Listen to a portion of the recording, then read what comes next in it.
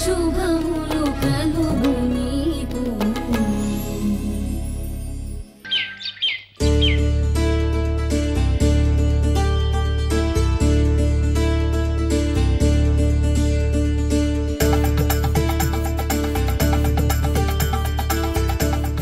మగవాళ్ళని నమ్మకూడదు, ప్రలోభాలకి లొంగకూడదు, అపార్థాలతో అనుబంధాలను దూరం చేసుకోకూడదు. డబ్బు కంటే కుటుంబం గొప్పది. కుటుంబ సభ్యుల మధ్య రహస్యాలు ఉండకూడదు.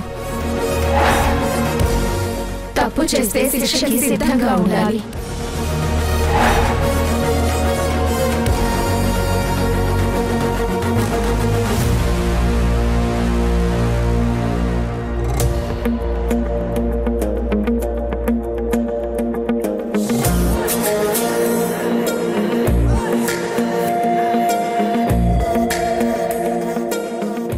ఏంటమ్మా అలా చూస్తున్నావు? అదే నాకు చాలా ఆశ్చర్యంగా ఉంది. నిన్ననే అడగాలనుకున్నాను అవేంటని. మీరు చెప్పిన నియమాలు అవే కదా? అవునమ్మా. మీరంతా ఇవి ఖచ్చితంగా పాటిస్తారు కదా? అవునమ్మా. నాకు అదే చాలా ఆశ్చర్యంగా అద్భుతంగా అనిపిస్తోంది. ఏ అక్క? ఇలా నియమాలు విధించుకోవడం, వాటిని తప్పకుండా పాటించడం అంటే అదేమీ సామాన్యమైన విషయం కాదు. చాలా చాలా కష్టమైన విషయం.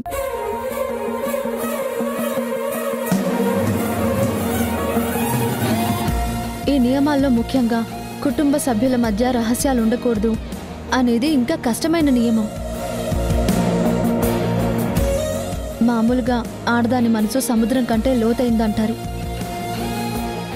ఎంత పెద్ద రహస్యమైనా, ఎంత చిన్న విషయమైనా ఆడది మనసులోనే దాచుకోగలుగుతుంది.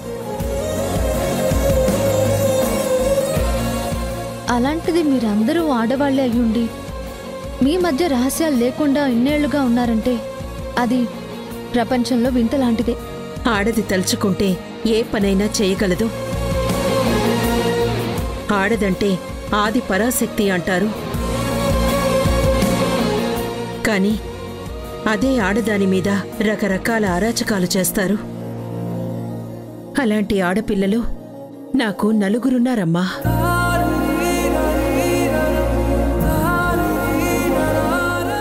మరి వాళ్ళని నేను కాపాడుకోవాలంటే నా ఒక్కదాని వల్ల ఎలా సాధ్యం అవుతుంది? అందుకే వాళ్ళకి నియమాలను చిన్నప్పటి నుంచే అలవాటు చేశాను. వాళ్ళని ఒక్కొక్కరిని ఆది పరాశక్తిలా తయారు చేశాను. నిజంగా నియమాలు పెట్టిన మీరు పాటించిన మీ కూతుళ్ళు చాలా గ్రేట్.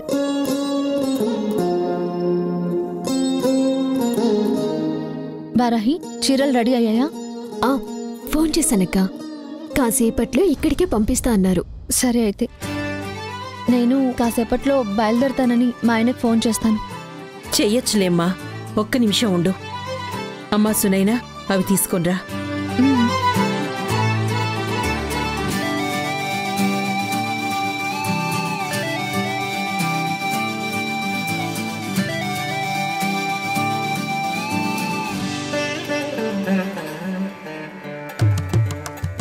కూర్చోండి. కూర్చోమ్మా. ఏంటండి ఇదంతా? ముందు కూర్చోమ్మా.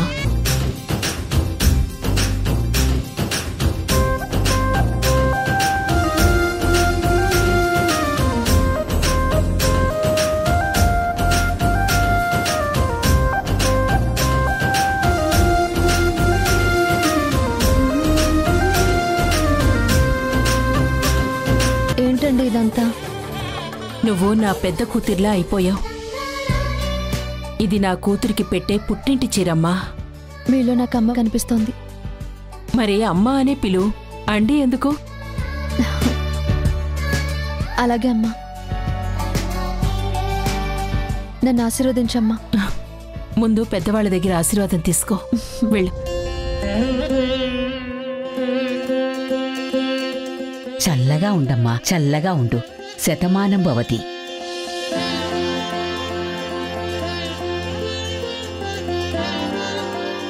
వెయ్యి శుభములు కలగాలి నీకు. మీ ఆశీర్వాదం కూడా కొత్తగా ఉందమ్మా.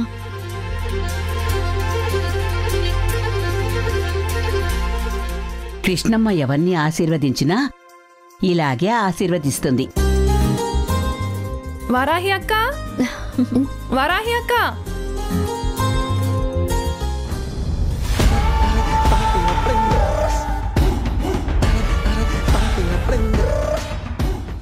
నేను ఈ ఊరొచ్చినప్పుడు కేవలం చీరలు కొనాలనే వచ్చాను.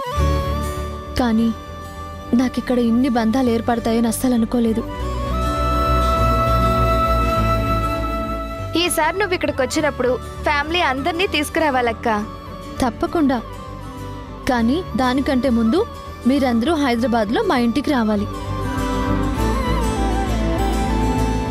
సరే అక్క. అక్క, శారీస్ వచ్చేసాయి. ఒకసారి కార్ ఓపెన్ చేస్తే లోపల పెట్టిస్తాను. అయితే నేను కూడా బయలుదేరుతాను.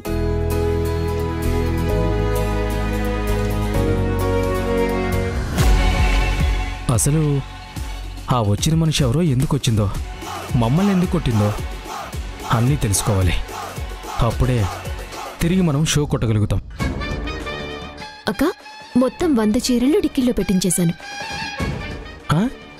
చీరలా? చీరల కోసం వచ్చింది ఈవిడా, కానీ వీళ్ళు చీరలు అమ్మరు కదా. మొత్తం ఎంతైందో చెప్పు.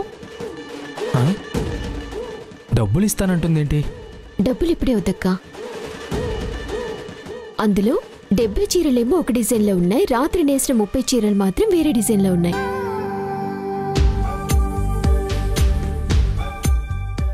రెండింటికి రేటు వేరువేరుగా ఉంటుంది. అవన్నీ టోటల్ చేసి స్పెషల్ డిస్కౌంట్ చేసేసి మొత్తం లెక్కంతా నీకు రాసి ఫోన్లో పంపిస్తాను. అప్పుడు నువ్వు డబ్బులు పంపిద్దావు గాని. అది కాదు, కానీ పర్వాలేదక్క, మనమంతా ఒకటి కదా, అలాంటిదే ఉండదులే. మర్చిపోకుండా వెంటనే బిల్లు పంపు. నేను ఆన్లైన్లో పే చేస్తాను. సరే అక్క. అమ్మో అమ్మో అమ్మో, వీళ్ళు చీరల బిజినెస్ చేయకూడదనే అరుంధతి అత్తయ్య కండిషన్ పెట్టింది.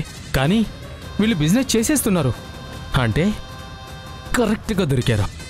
ఇప్పుడు ఈ విషయం వెంటనే వెళ్ళి రేఖ ముందు కక్కాలి. అప్పుడు అంటుకుంటుంది మంట. మొత్తం వీళ్ళంతా ఆ మంటల్లో పడి తగలబడిపోతారు.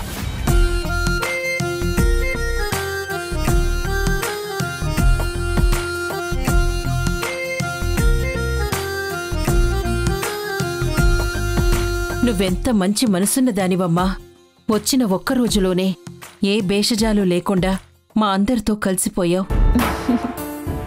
కళ్యాణి, ఈసారి నేను వచ్చేటప్పటికి నువ్వు లేచి నాకెదురొచ్చి స్వాగతం చెప్పాలి. ఖచ్చితంగా అక్క. బామ్మ,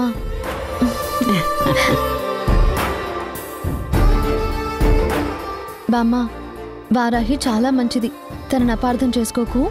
సర్లే, ఈసారి నువ్వు వచ్చినప్పుడు నీకంతా చెప్తా. అప్పుడు అర్థమవుతుంది నీకు. సరే సరేలే.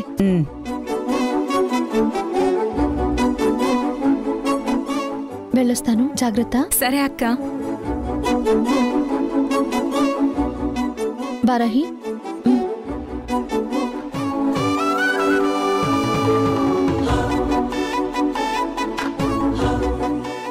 నాకు చెల్లెళ్ళే కాని అక్కలు లేరు అనుకునేదాన్ని.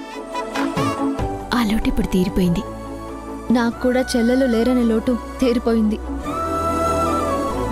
సరే, ఇక నేను బయలుదేరుతాను.